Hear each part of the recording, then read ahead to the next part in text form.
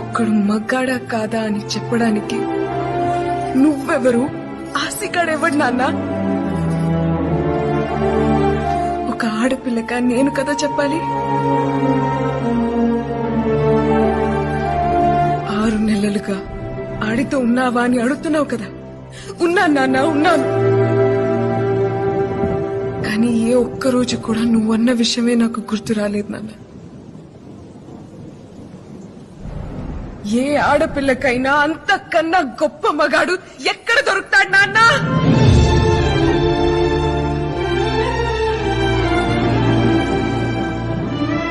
మా టీచర్ చెప్పింది నాన్న, మగతనం అంటే నువ్వు అనుకున్నట్టు 2 కాళ్ల మధ్య ఉండేది కాదని, మగాడి నరాల్లోనూ ఉంటదని. అందుకేనేమో ఆసిగాడు నా చేయి పట్టుకుంటేనే చెమటలు పట్టేస్తాను.